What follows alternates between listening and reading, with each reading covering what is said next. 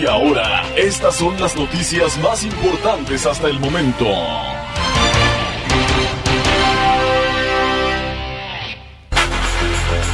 Hola, ¿qué tal? Un gusto saludarlos. Estamos ya a través de logosradio.com.mx y a través de Mágica FM 98.7 en este viernes 6 de diciembre de este año 2024. Gracias a Dios ya es viernes y estamos listos con la información que tenemos en resumen a través de este espacio desde San Cristóbal de las Casas, Chiapas, México.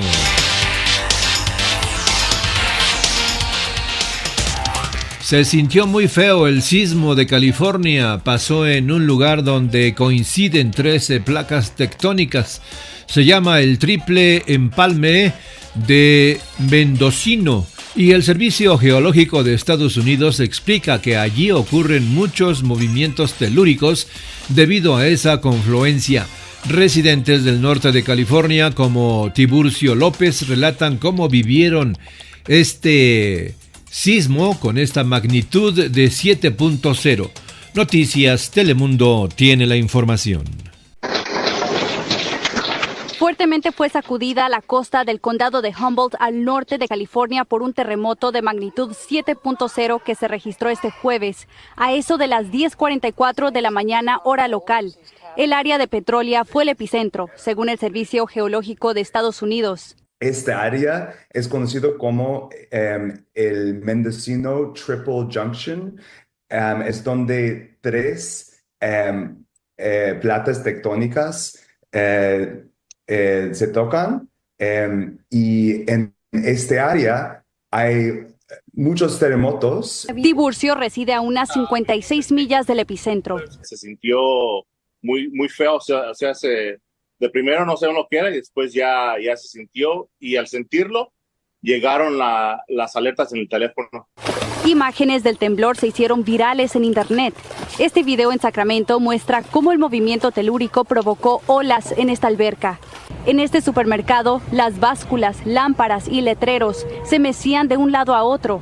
En esta casa, latas y paquetes de comida cayeron de los gabinetes y terminaron esparcidos en el suelo de la cocina, mientras los pasillos de supermercados quedaron cubiertos por productos y botellas rotas. Es el terremoto más fuerte que hemos sentido aquí y sí se sintió fuerte. Tras el terremoto, la Administración Nacional Oceánica y Atmosférica activó una alerta de tsunami impactando a unos 5 millones de californianos, desde la frontera de Oregón hasta el área de Santa Cruz, pero fue cancelada horas después. De acuerdo con el Servicio Geológico, desde el temblor se han registrado varias réplicas menores.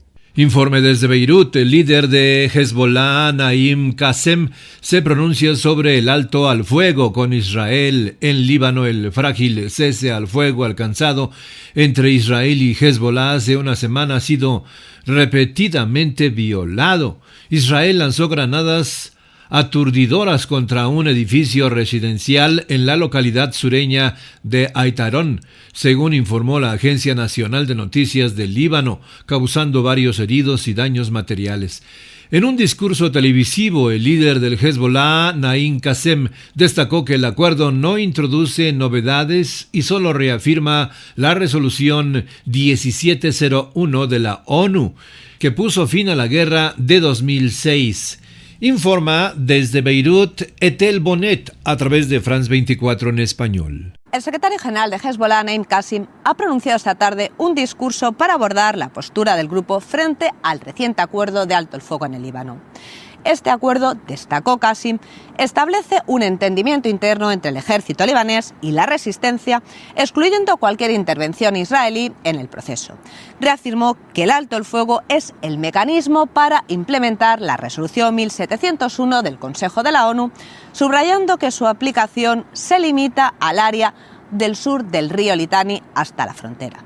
A pesar de los desafíos recientes, reafirmó que Hezbollah sigue siendo un actor clave en el panorama político del país gracias a su estructura, su representación parlamentaria y su apoyo popular.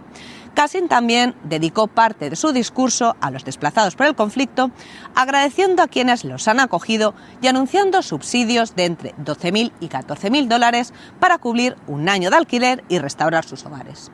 En este contexto del alto el fuego, esta mañana se realizó realizó el primer encuentro entre las autoridades libanesas y el Comité Internacional de Supervisión, liderado por el general estadounidense Jasper Jeffer y el francés Guillaume Ponchan. Este comité supervisará la implementación del acuerdo y las violaciones, que ya superan las 60 en solo la primera semana. En este sentido, el primer ministro Najib Mikati reafirmó la necesidad de la retirada de las fuerzas israelíes del sur del Líbano y pidió unidad nacional para abordar temas claves como el desarme de Hezbollah. Con esta narrativa queda claro que el alto el fuego no solo se limita al cese de las hostilidades, sino también es una prueba del delicado equilibrio entre la estabilidad interna y las presiones externas que enfrenta el Líbano. El presidente surcoreano se aferra al cargo tras el fracaso de la ley marcial. El partido gobernante en Corea del Sur anunció el jueves su oposición al proceso de destitución contra el presidente Yoon Suk-yeol tras su breve imposición de una ley marcial por la que está siendo investigado por insurrección. AFP en español tiene la información. El partido en el poder en Corea del Sur se opone al proceso de destitución contra el presidente Yoon Suk-yeol. En la noche del martes, tras semanas de dura pugna presupuestaria con la mayoría opositora del Parlamento, el mandatario impuso la ley marcial, escudándose en las amenazas de las fuerzas comunistas de Corea del Norte y de los elementos antiestatales dentro del país. La medida, inédita desde la instauración de la democracia en el país asiático en 1987, duró apenas unas horas hasta que el Parlamento votó en su contra, pero provocó una tormenta política que amenaza el futuro del impopular presidente conservador. Es imposible no estar enfadado, porque intentó evitar su propia crisis política, amenazando a la Asamblea Nacional con armas y espadas, amenazando al pueblo, destruyendo el orden democrático y violando los derechos básicos de la gente, teniendo en cuenta lo difícil que ha sido para nuestro país, Corea del Sur, establecer su democracia. Yoon es objeto de una investigación de la policía a raíz de la denuncia presentada por la oposición por insurrección, un delito que trasciende la inmunidad presidencial y que puede castigarse hasta con cadena perpetua o pena de muerte. La maniobra del mandatario, que generó estupor entre los aliados de Seúl e indignación entre la población y las filas opositoras, motivó rápidamente una moción de destitución en el Parlamento. En la votación prevista para el sábado, la oposición necesita al menos 8 diputados del gobernante Partido del Poder Popular para alcanzar los 2/3 necesarios para aprobar la iniciativa. El jefe parlamentario de la formación oficialista anunció que sus diputados permanecerán unidos para rechazar la destitución del presidente. Por su parte, el líder del partido afirmó que iba a trabajar para evitar que se apruebe la moción, pero aseguró que eso no implica defender la inconstitucional ley marcial del presidente, al que le ha solicitado su salida del partido. Si la iniciativa fuese aprobada, el mandatario quedaría suspendido y sería sustituido por el primer ministro a la espera de un veredicto de la Corte Constitucional en un plazo de 180 días. Si los jueces dan luz verde, se convocarían elecciones presidenciales en un máximo de 60 días. Nacionales. En el panorama nacional, es oficial, salario mínimo tendrá un incremento del 12% en todo el país. ¿En cuánto queda?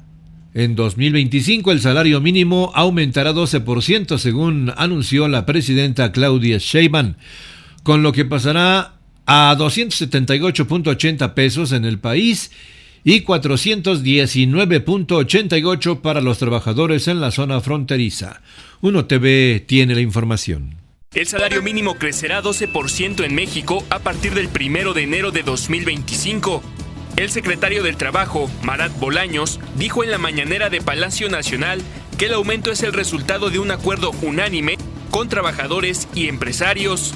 Impacta a 8.5 millones de personas trabajadoras. Explicó que en la frontera, el ingreso mínimo para los trabajadores formales debe ser de 419.88 pesos diarios, mientras que en el resto del país será de 278.80 pesos al día. Esto al mes significa una percepción mínima para los trabajadores de más de 12.500 pesos en la frontera y más de 8.300 pesos en promedio al mes para el resto del país. Que el próximo año el salario mínimo mensual, pasando multiplicándolo por 30 días promedio, al mes es 8.364, pasa de 7.467 a 8.364 y en la frontera a 12.596 pesos. Es más de 3 veces lo que tenemos estimado para la inflación el próximo año. Con información de Julio Sánchez, 1TV. El brote en México de la bacteria Klebsiella oxytoca está causando alarma. Estos son los síntomas. Mediante un comunicado, la Secretaría solicitó a las unidades médicas, tanto públicas como privadas, en todo el país, reportar los posibles casos. Milenio tiene la información. La Secretaría de Salud detectó un brote de infección del torrente sanguíneo, ITS, causado por la bacteria Klebsiella oxytoca, misma que fue encontrada en hospitales del Estado de México, por lo que declaró alerta epidemiológica. Mediante un comunicado, la Secretaría solicitó a las unidades médicas, tanto públicas como privadas en todo el país, que al detectar un posible caso reporten una notificación inmediata al equipo de la red hospitalaria de vigilancia epidemiológica, así como a las autoridades correspondientes. ¿Qué es Klebsiella oxytoca? Es una especie de bacteria gram negativa, aerobia, no esporulada y con forma de bastón que pertenece al género Klebsiella. Se encuentra comúnmente en el tracto gastrointestinal de humanos y animales, así como en el medio ambiente. Es una bacteria oportunista que puede causar infecciones en personas con sistemas inmunes debilitados. Las enfermedades asociadas con la bacteria son infecciones del tracto urinario, neumonía, infecciones de la piel y de los tejidos blandos y sepsis. ¿Cuáles son los síntomas? La persona expuesta puede presentar cuadro de inicio súbito, con deterioro dentro de las primeras 24 horas posteriores a la exposición, con 2 o más de los siguientes signos o síntomas: distermia, fiebre o hipotermia, taquicardia, datos de choque, trombocitopenia, elevación de la proteína C reactiva, leucopenia o leucocitosis, piel marmórea reticulada y equimosis generalizada. Al corte del viernes 29 de noviembre se conocen 19 casos, 15 confirmados y 4 probables. El rango de edad es de 0 a 14 años, aunque la mayor parte de los casos son neonatos con administración de líquidos parenterales. Golpean a diputado Ismael Brito Mazariegos del Partido Verde en el Congreso de Chiapas. El diputado Ismael Brito Mazariegos del Partido Verde Ecologista de México fue agredido a golpes por Eduardo Centeno, político y compañero de partido, al interior del Congreso de Chiapas. Milenio tiene los datos. ¿Qué tal? Muy buenas tardes, un gusto saludarte desde el estado de Chiapas. En efecto, fue agredido el diputado del Partido Verde Ecologista de México, Ismael Brito Mazariegos, en el interior de su oficina en el Congreso del Estado de Chiapas. Esto ocurrió esta misma mañana en la cual el diputado estaba realizando una reunión de trabajo con otras personas en el interior de su oficina, en el interior de este Congreso, en la cual estaban realizando estas actividades y bueno, pues de manera intempestiva ingresó el político chiapaneco Eduardo Centeno Núñez, quien de inmediato empezó a increparlo con palabras. Empezaron a ellos a realizarse una discusión bastante acalorada en el interior de estas oficinas y después de esta discusión fue que se llegaron a los golpes. En este sentido, esto quedó grabado en un video que fue grabado por alguien justamente del equipo de trabajo que se encontraba en este lugar y fue difundido a través de redes sociales donde se observa justamente cómo pues el político chiapaneco Eduardo Centeno Núñez pues golpeó en reiteradas ocasiones al diputado del Partido Verde Ismael Brito Mazariegos. Hasta el momento todavía no se sabe qué fue lo que ocurrió, pero lo que se da a conocer de manera extraoficial, la agresión pudo deberse por una situación meramente personal entre estas dos personas que derivó en estos golpes. Hace unos momentos el diputado presidente del Congreso del Estado de Chiapas, Luis Ignacio Avendaño, indicó de que pues esta agresión evidentemente la van a investigar qué fue lo que ocurrió, por qué situación sucedió, pero que ya será la parte agraviada, en este caso el diputado Ismael Brito, quien determinará si interpondrá alguna denuncia al respecto o dejará pasar esta situación, cosa que pues en próximas horas se informará qué ocurrió, si pues ha interpuesto alguna denuncia o dejará esta situación hasta donde al momento ha quedado, que ha sido en este tipo de agresiones. Así que por el momento la sesión se llevó a cabo sin ningún tipo de contratiempo, se realizó el nombramiento también del Auditor Superior del Estado y también otras acciones que se realizaron en el Pleno de Sesiones que transcurrió de manera normal. Es el reporte que tengo. Sheinbaum espera lograr un acuerdo con Trump. La presidenta Claudia Sheinbaum reveló este jueves que buscará un acuerdo con el presidente electo de Estados Unidos, Donald Trump, para que envíe a los migrantes de forma directa a sus países de origen, sin pasar por México. El Sol de México tiene la información. Evidentemente nosotros pues somos solidarios con todos y con todas, pero nuestra principal función pues es recibir a las y los mexicanos. Y esperamos tener un acuerdo con la administración Trump en caso de que haya estas deportaciones, pues para que ellos también envíen a sus países de origen a las personas que vienen de otros países. Estatales. En el panorama estatal, migrantes se enfrentan a abuso del Instituto Nacional de Migración en Chiapas durante intento de traslado forzado.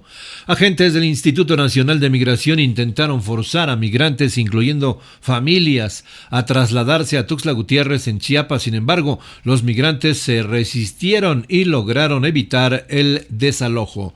Milenio nos informa. Una vez más este miércoles, agentes del Instituto Nacional de Migración irrumpieron en el campamento del municipio de Escuintla, Chiapas, donde la caravana con cerca de 2,000 migrantes descansaba. Esta vez, intentaron llevarse en camionetas a las madres y sus hijos, pero el operativo fue frustrado por los mismos extranjeros que, cansados del hostigamiento, los confrontaron. Claro que sí. Vinieron hoy en la mañana intentando moverlos para Tuxtla Gutiérrez. Mucha gente desconfiando. Después de 2 días consecutivos de caminata por casi 12 horas, las personas en tránsito decidieron quedarse en Escuintla, único poblado que hasta ahora les ha dado cobijo pese a la presión de las autoridades migratorias. Pero el miedo a ser detenido persiste.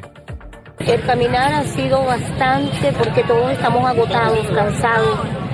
Algunos no tenemos que comer. Hemos aguantado mucho.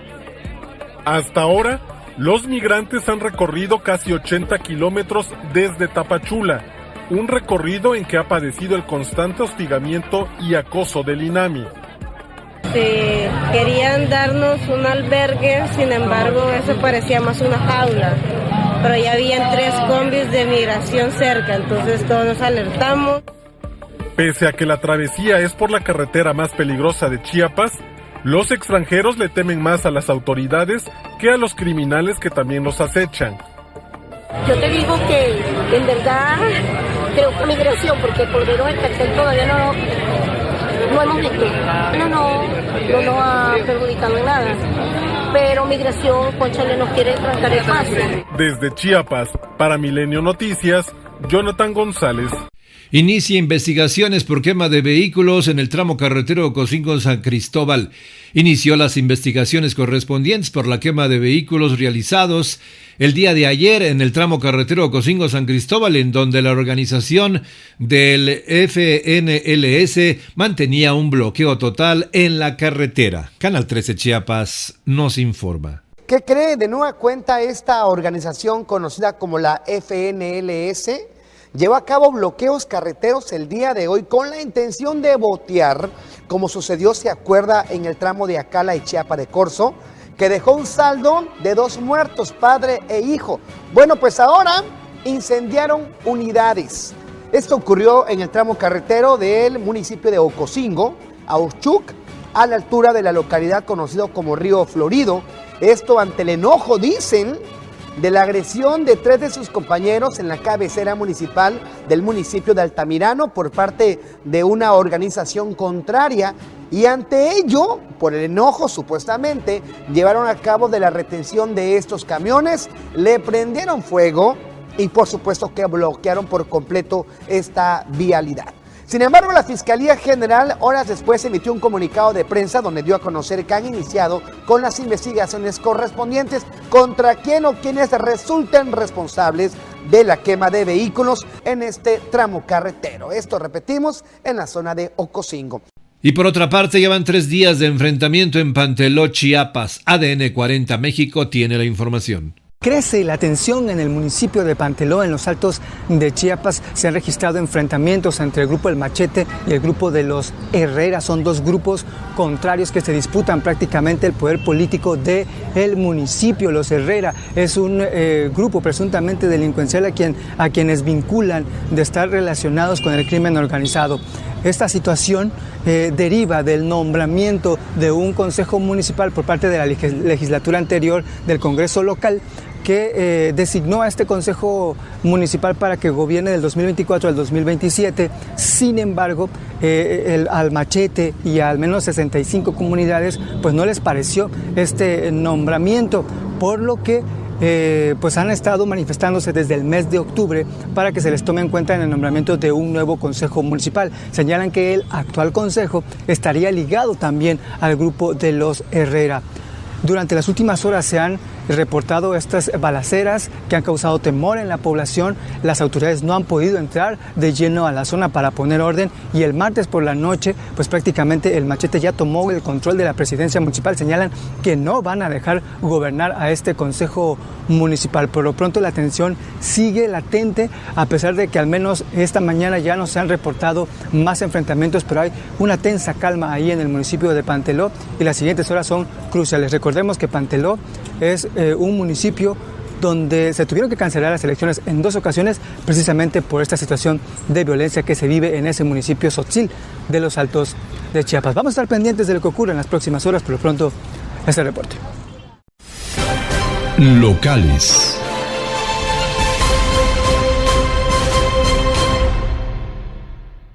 En el panorama local, a través de Gilberto Morales, del Heraldo de Chiapas, la mañana del jueves, se registró la tercera helada del año en San Cristóbal de las Casas, afectando los techos de tejas de varias viviendas. En toda la ciudad amanecieron cubiertas por una capa de hielo, lo que motivó a los habitantes a cubrirse por esta baja temperatura y usar cubrebocas al salir a las calles. La temperatura sigue descendiendo cada noche y madrugada, registrándose heladas como la que ocurrió en la Ciudad Colonial y diversas comunidades y municipios de la región Altos de Chiapas.